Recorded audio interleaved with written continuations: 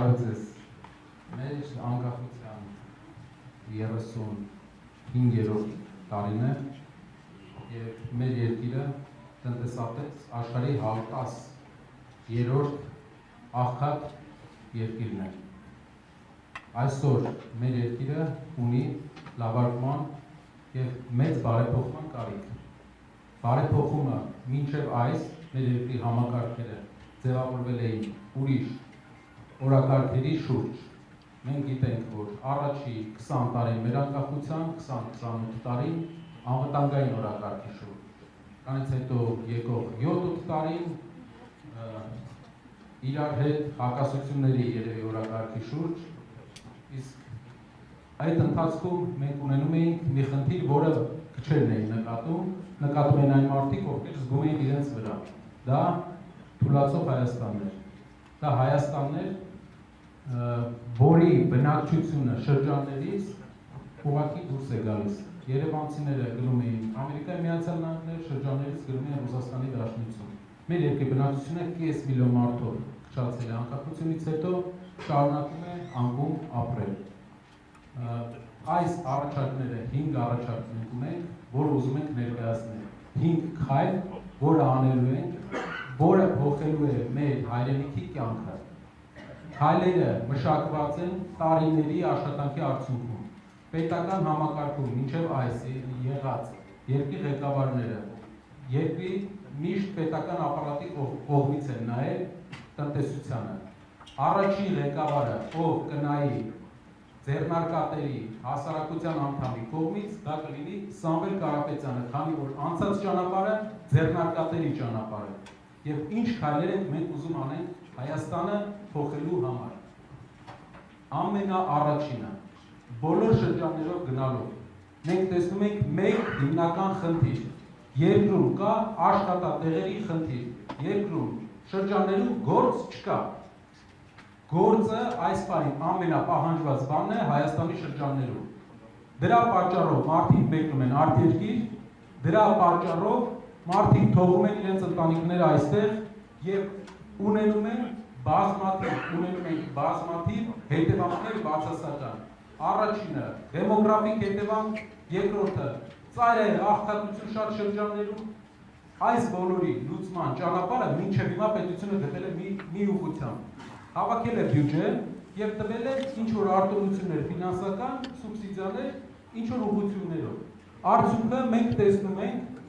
այն ինչ-որ ունենք։ Երկրի շրջաններում արդյունաբերությունը, արտադրությունները վերջի տարիներին անկում են ապրում։ Մենք ինչ-որ տեսնում ենք Երևանում, վարկերի հիմքով ստեղծված տնտեսությունը, որը ժամանակի ընթացքում երկար չի կարողանա այս տեմպը պահպանել։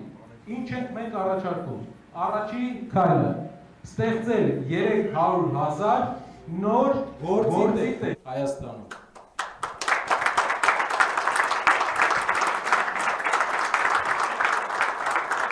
Շատերը կասեն, բոլորը դա կարող են ասել։ Ինչպես եք դա անելու։ Սրա տակ կա մակրոտնտեսական ուղենշված քաղաքականություն։ Մենք ունենք պլանավորած քաղաքականություն, թե ինչպես 300,000 նոր գործի տեղ ստեղծել Հայաստանում։ Քաղաքականության հիմքում ընկած է առաջի քայլը արդյունաբերականացում, վերաարդյունաբերականացում։ Հայաստանը երկար տարիներ զրկվել է իր արտադրող եւ ստեղծարար պոտենցիալից։ Մեր երկիրը դարձել է դրսից օգնություն ստացող,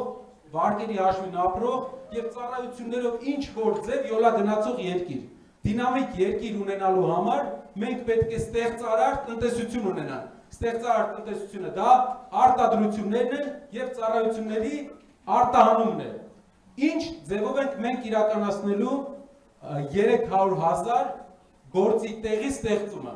Առաջինը, մեր երկիրը տարեկան, եթե վերարտանում անենք, $7 միլիարդ ներմուծում է անում։ $7 միլիարդ։ Մեր երկրի ներմուծման եւ արտահանման տարբերությունը համարյա $4 միլիարդ է։ Եթե մեր երկրի ապրանքներն ենք նայում, վերարտանումը անում ենք։ Տարեկան Հայաստանը $4 միլիարդ ավելի գումար է ուղարկում դուրս, քան ստանում է։ Մենք աղքատանում ենք 4 միլիարդ դոլարով, իսկ գիտեք ոնց է այդ աղքատության, այդ 4 միլիարդ դոլարի տարբերությունը Հայաստանը կոմպենսացնում, կամ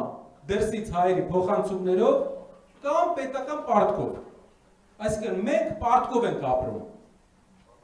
վերցնում ենք Հայաստանի ներմուծման հիմնական կետերը, ինչ է ներմուծում Հայաստանի Հանրապետությունը,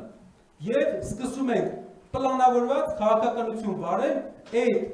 ներմուծման ուղղությամբ, որ գործարաններ ստեղծենք ներմուծվող ապրանքների ուղղությամբ։ Օրինակ, երկրում թիվ 2 ներմուծումը նավթամթերքն է, բենզին, դիզել, մենք գիտեք, շատերը գիտեք, որ մենք առաջարկել ենք նավթավերամշակման գործարան Հայաստանում, որը հում նավթ կբերի,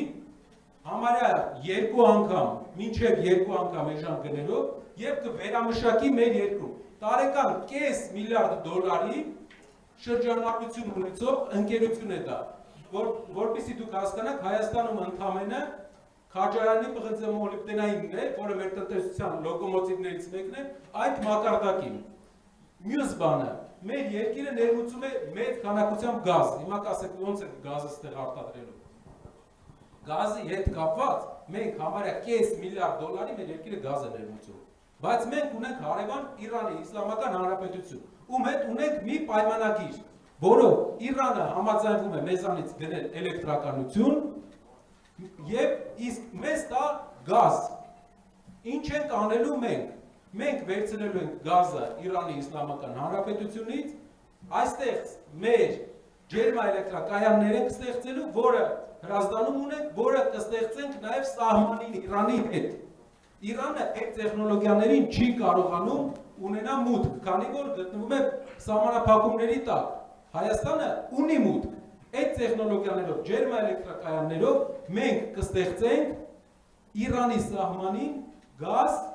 էլեկտրականության դիմաց մեծ համակարգ, որը մեր երկիր կթողի տարեկան կես միլիարդ դոլար, որպեսզի դուք հասկանաք, դա իր քանակով էկվիվալենտ է ինչի հետ համեմատել։ Երևի երկրի ամբողջ թոշակների համարյա մոտ է թոշակների ֆոնդի հետ։ Չեմ ասում ամբողջը շահույթ կլինի։ Դա շրջանառություն է, և եթե մենք մեծ արդյունաբերական պոտենցիալ, մեծ գեներացիոն պոտենցիալ ստեղծենք, մեծ հնարավորություն կունենանք գազ ունենանք անվճար գնով, այսինքն շահույթ այդ ջերմաէլեկտրակայանների։